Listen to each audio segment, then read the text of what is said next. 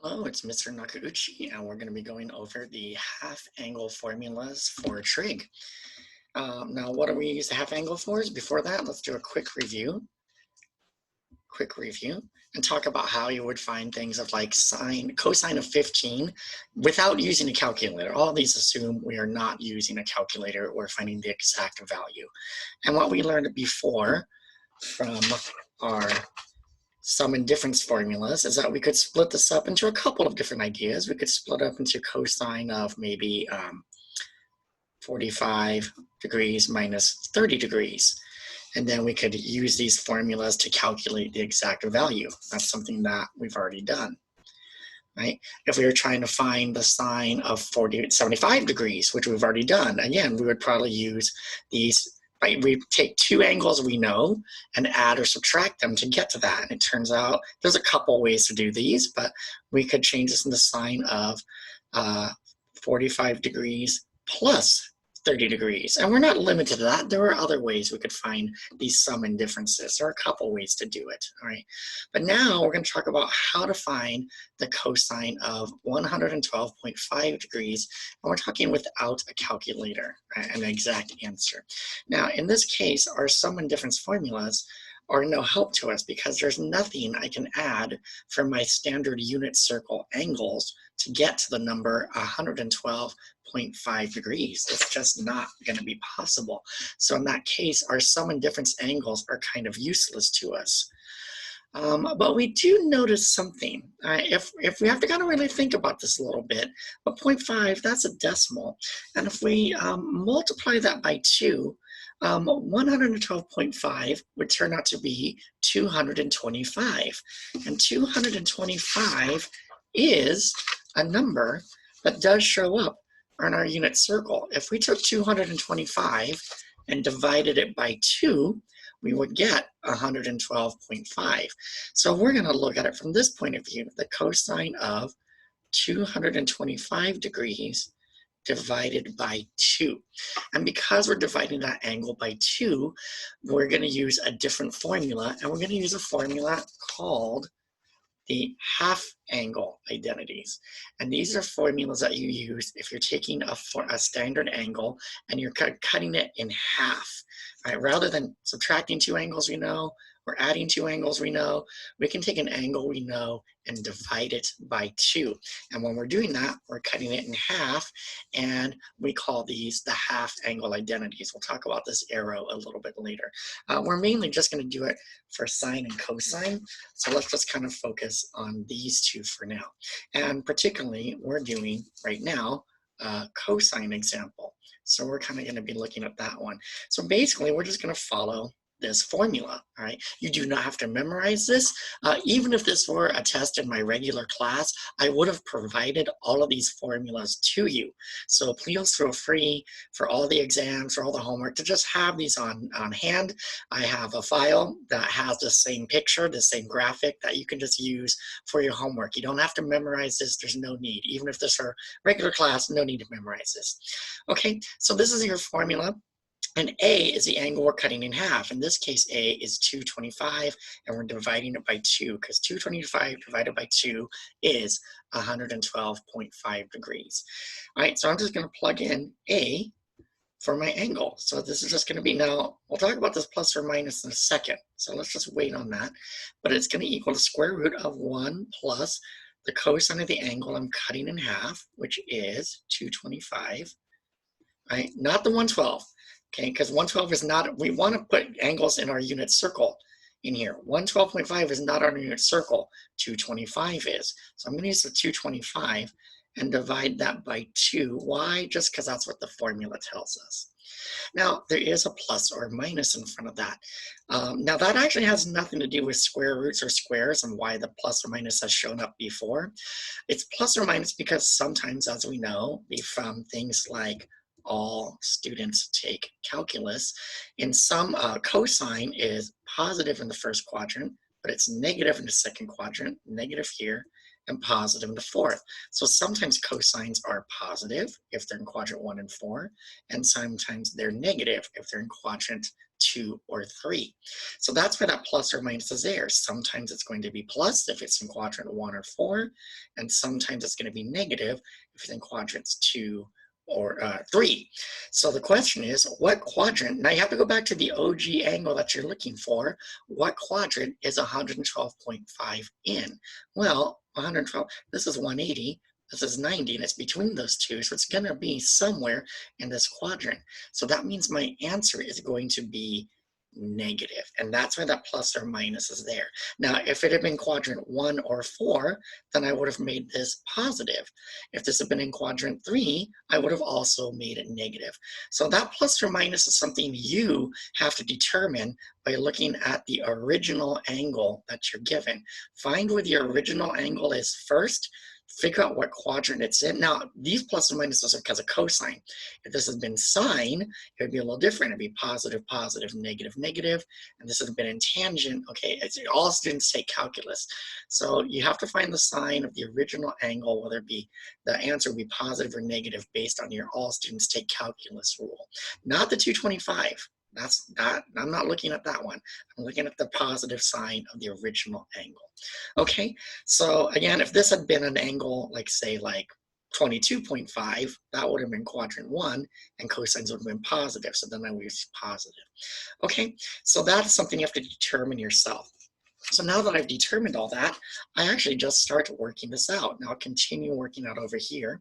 So it's going to be negative square root of 1 plus, and then you have to work out using a unit circle the cosine of 225. It does turn out to be the square root of 2 over 2, all over this 2, right, from the formula. Okay, so now this is not a great thing, but we have to work this out. I'm going to work this out by working out the top first. I still got negative square root of, and I'll need a common denominator.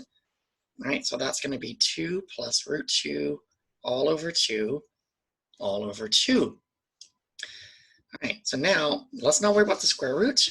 Let's just worry about this complex fraction.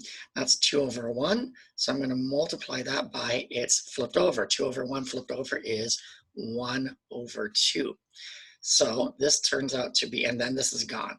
So now it's negative square root of 2 plus root 2 over 2 times 1 over 2. And of course, I'm going to continue my work here.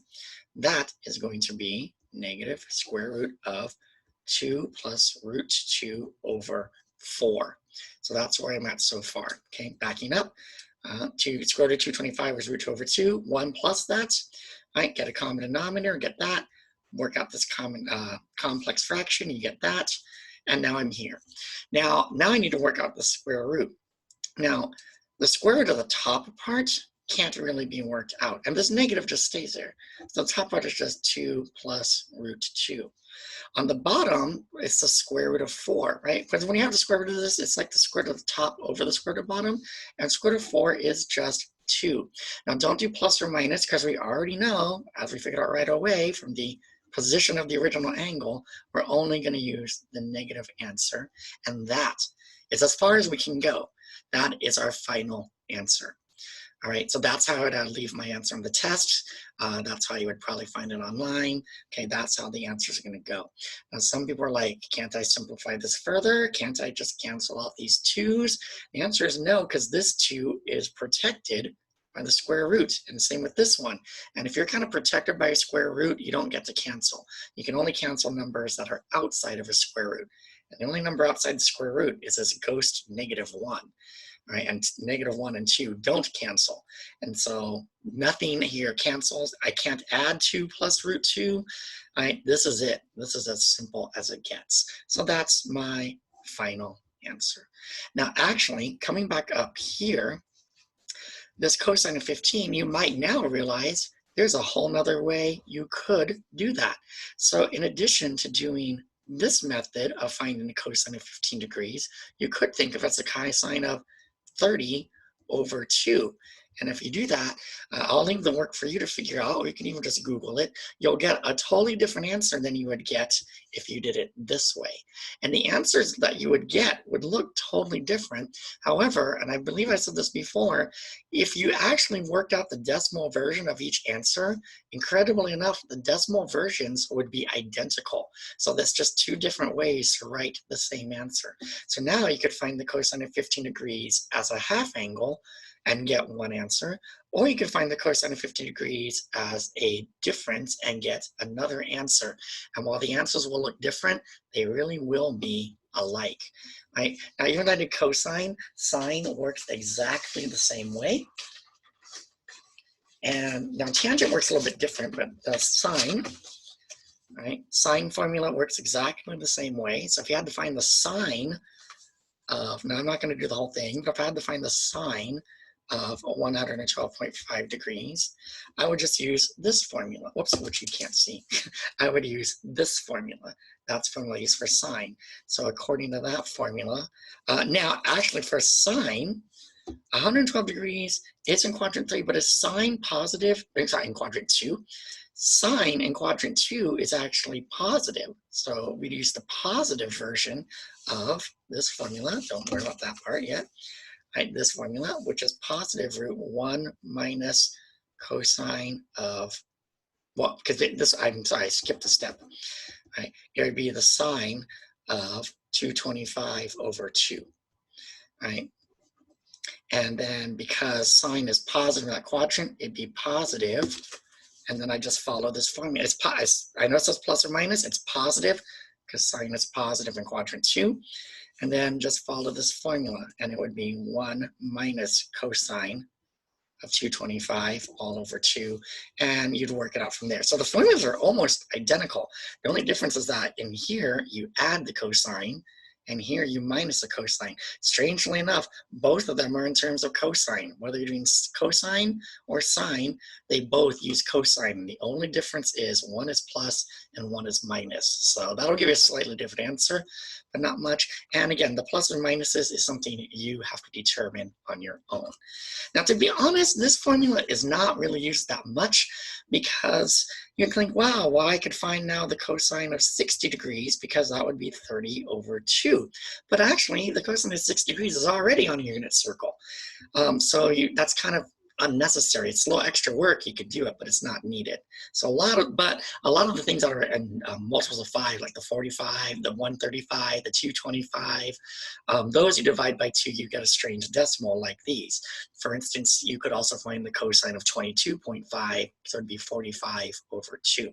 So that's the main reason. But to be honest, it's not used that much because most angles, like 30 and 60 and their likes, divide by 2 and you already get something on the unit circle. But for the 45s, when you divide them by 2, you get completely new angles. So we use it for those quite a bit. Okay, so now we're going to see an example of this with tangents. All right, so let's try this with tangent, because the tangent formula is quite a bit different. All right, now for tangent, you actually see 3 different formulas. That's because it works out 3 different ways. So you can use any one of these 3 formulas. Don't use all 3. You could use either the top one, or you could use the middle one, or you could use the bottom one. They all work. Because of the way sines and cosines can be like simplified, there's just 3 different ways to say the same thing. You can use any one you want. I have found this one, you would have to figure out the plus or minus yourself. Notice for these, there's no plus or minus because these formulas will work out the pluses or minuses for you. So you don't have to worry about it. So I kind of like these a little bit better. And of these 2, I have found the bottom one tends to be the easiest one to work with for most cases. So I generally just use the bottom one. It's the least messy. There's no square roots. The fraction is just one thing rather than a couple things that would need a common denominator, and it will work out the plus or minus for you. These ones will do it for you. Sine and cosine, you got to figure out beforehand. Tangent will do it for you. So I'll do one example where we use the tangent. All right, and the example that we're going to try, so we're going to try to find, using half angle formulas, 5 pi over 12. Well, tangent of 5 pi over 12. We're going to find the tangent of 5 pi over 12, and we're going to do it using half angles. There are other ways to do this. There are ways to get other radians to add up or subtract to 5 pi over 12, but we're going to try it as a half angle formula. And the radians are always a little bit trickier because they're not as intuitive about what you can do. So a lot of times I'll give you a hint, and experience helps, but since it's your first time, I'll just kind of tell you that it turns out 5 pi over 12 is the same thing as 5 pi over 12. Well, I'm sorry, it's 5 pi over 6 divided by 2. 5 pi over 6 divided by 2 is 5 pi over 12. Now, if you're not sure, let's check. All right, let's actually work out what 5 pi over 6 over 2 is. Now, this is separate work I'm doing, and after a while, this separate work I'm showing you, you don't have to keep doing it. You kind of just do it in your own head or on scratch paper. But that's 2 over 1, so that's 5 pi over 6 times 2 over 1 flipped over. Right? Or sorry, 6, yeah. And then, sure enough, 5 pi times 1 is 5 pi, and 6 times 2 is 12. So 5 pi over 6 divided by 2 is 5 pi over 12. They are the same thing. So that's what I'm going to do. All right. Again, that takes a little tricky. This part I'm circling here, that's a little tricky to come up with on your own. That's 5 pi over 6. 5 pi over 6 divided by 2 gets you 5 pi over 12. A lot of times I'll give you that hint. And with some experience, you kind of figure it out on your own. You might have to experiment a little bit to get that part started. But now that you know it, you just plug them into the bottom formula. Right? So the bottom formula says that, and we don't have to worry about what quadrant it's in. This formula will work it out for us. So it can be 1 minus the cosine of A. 1 minus the cosine of A is the new angle you're using. So 5 pi over 6. All over sine of A. So sine of 5 pi over 6. I am just following the formula. Just follow it along. You don't have to think about it too much. Right? A is the number that you're dividing by 2, not the original. Right? The original is what you're doubling. The one you cut in half, that is your A angle, or whatever number you plug in. All right, now we need to work this out. I'm going to work it out down here. 1 minus, now the cosine of 5 pi over 6 turns out to be root 3 over 2. Root 3 over 2 is 5 pi over 6. All right, that's a root 3. Sine of 5 pi over 6 turns out to be 1/2. Right, so I just worked them out. I just worked that out and just worked that out. And now I have to simplify this complex fraction. And guess what? Common denominator. All right, so I'm going to end up with 2 root 3 over 2 all over 1/2. And then I'm going to flip this over and multiply it. So 1/2 flipped over is 2 over 1. And then a nice thing happens. The 2's cancel. Will that always happen? Not always, but usually it will. So you just get 2 minus root 3 over 1. If it's over 1, we can just make it a ghost, and that's it. That is your final answer.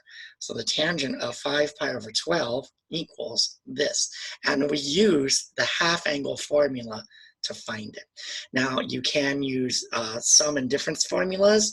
You might get a slightly different looking answer, but if you calculate the decimal versions with a calculator, you would find out they are the same thing. So don't panic about that if that's what happens, okay? So that's pretty much gonna be your homework, and how the test is gonna work is you're just gonna plug in and use half angle formulas. To sum up, if you're doing this cosine or sine, you need to figure out what sign they're going to be, and A represents the angle you're cutting in half. The sign is determined not by where the A angle is, it's determined by where the original angle is.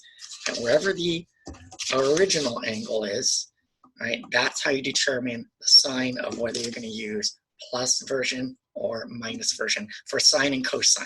So you have to look at the original angle, figure out the sign that you're going to use first, and then you just plug in the A angle, the one you're dividing, into it after that.